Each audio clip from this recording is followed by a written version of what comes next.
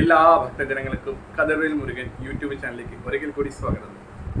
ഇന്ന് ഞാൻ പറയാൻ പോകുന്നത് എല്ലാ ഭക്തജനങ്ങൾക്കും രാത്രി കാലങ്ങളിൽ എത്ര കിടന്നാലും ഉറക്കം വരത്തില്ല. ഉറക്കത്തിൽ ഞെട്ടി എഴുന്നേൽക്കുക, ഇല്ലെങ്കിൽ നമ്മൾ ഉറങ്ങാൻ കിടക്കുമ്പോഴത്തേക്ക് പെട്ടെന്ന് എന്തെങ്കിലും ഒരു ശബ്ദം കേൾക്കുമ്പോൾ പെട്ടെന്ന് ഉറക്കത്തിൽ നിന്ന് നമ്മൾ പെട്ടെന്ന് എഴുന്നേൽക്കുമ്പോഴത്തേക്ക് രണ്ടാമത് കിടക്കുമ്പോഴത്തേക്ക് ഉറക്കം വരത്തില്ല.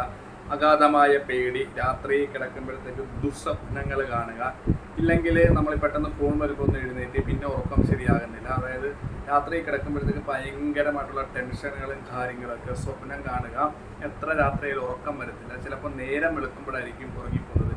എൻ്റെ അടുത്ത് ഒത്തിരി ഈ ഭക്തജനങ്ങൾ നോക്കാൻ വരുമ്പോൾ പറയും, തിരുമേനി രാത്രി ഉറക്കമില്ലാതെ എന്തെങ്കിലും കൊണ്ട് ദോഷവും കൊണ്ടാണെന്നൊക്കെ. അപ്പം അതിനെക്കുറിച്ചൊക്കെ ഒരു വീഡിയോ ആണ് ഞാൻ ഇന്ന് ചെയ്യാൻ പോകുന്നത്. നമുക്ക് ഉറങ്ങുന്ന മുമ്പ് ഒന്ന് രണ്ട് കാര്യങ്ങൾ ചെയ്യാം.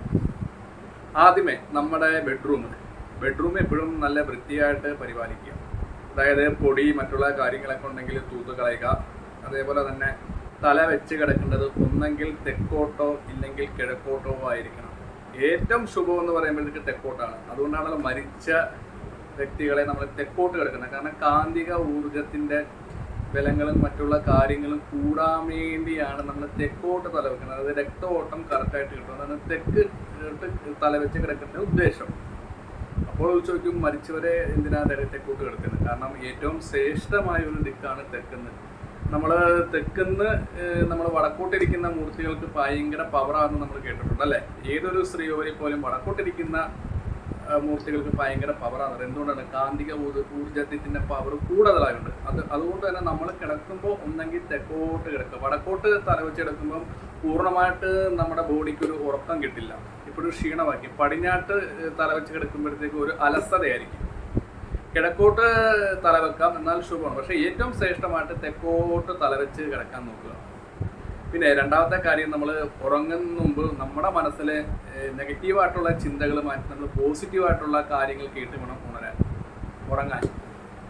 അപ്പോൾ അതിന് നമ്മൾ എന്തെങ്കിലും എൻ്റർടൈനിങ് ആയിട്ടുള്ള ഒന്നെങ്കിൽ കോമഡി സീനുകളോ ഇല്ലെങ്കിൽ പുസ്തകങ്ങളോ ഇല്ലെങ്കിൽ ഈശ്വരൻ്റെ ആയിട്ടുള്ള നാമങ്ങളോ ചൊല്ലി വേണം നമുക്ക് കിടന്നുറങ്ങുമ്പോൾ ഏറ്റവും നമ്മൾ ഉറങ്ങാനുള്ള ഉദ്ദേശിക്കുന്ന നമ്മുടെ ഉപാസനമൂർത്തി ആരാണോ ആ ഉപാസനമൂർത്തിയുടെ ഇല്ലെങ്കിൽ പ്രാർത്ഥനകളോ മന്ത്രങ്ങളോ ചൊല്ലിക്കിടക്കാം.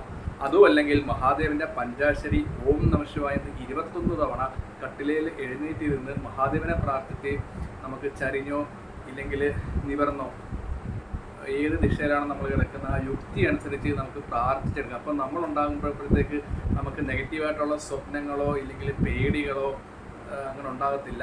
പിന്നെ വേറൊരു സയൻസ് പരമായിട്ടൊരു കാര്യം പറയുന്നത്, ഒട്ടും ഉറക്കം വരാത്ത ഭക്തജനങ്ങളുണ്ടെങ്കിൽ ഒരു ഗ്ലാസ് വെള്ളം എടുക്കുക. ഒരു ഗ്ലാസ് വെള്ളം എടുത്തിട്ട് ഒരു 3 തുളസി ഇല വെള്ളത്തിനകത്ത് ഇട്ട് വെച്ചേക്കണം. അതായത് നമ്മൾ കിടക്കുന്ന നിപ്പുറം ഒരു അരമണിക്കൂർ. അപ്പം അരമണിക്കൂർ ആകുമ്പോൾ ഈ തുളസി വെള്ളത്തിലേക്ക് സത്തുകൾ ഇങ്ങോട്ട് ഇറങ്ങി വരും. അപ്പം അത് പഞ്ചാശരി ജപിച്ച് ഓം നമഃശിവായ എന്ന് ജപിച്ച് കിടക്കുക. അപ്പം നമ്മുടെ ഉറക്കങ്ങളും നമുക്കുണ്ടാകുന്ന നെഗറ്റീവ് എനർജികളൊക്കെ മാറ്റി പോസിറ്റീവായിട്ട് നല്ല ഒരു ഉറക്കം കിട്ടുന്നതായിരിക്കും. അപ്പം ഈ ഒരു കാര്യം ഭക്തജനങ്ങൾ ശ്രദ്ധിക്കുക. അപ്പോൾ നമ്മുടെ ഉപാസനമൂർത്തി, നമ്മൾ ഇഷ്ടമുള്ള ഈശ്വരനെയും ഇല്ലെങ്കിൽ നമുക്ക് ആരാധന തോന്നുന്ന ഏത് വ്യക്തികളാണോ അവരുടെ ഒരു രൂപങ്ങളും ഇത് കണ്ട് വേണം നമ്മൾ കിടക്കാൻ. അപ്പോൾ ഒട്ടും തന്നെ നമുക്ക് നെഗറ്റീവായിട്ടുള്ള ചിന്തകളും നമ്മളെ ബാധിക്കത്തില്ല. നമ്മൾ ദുസ്വപ്നങ്ങളോ മറ്റുള്ള കാര്യങ്ങളൊന്നും കാണത്തില്ല.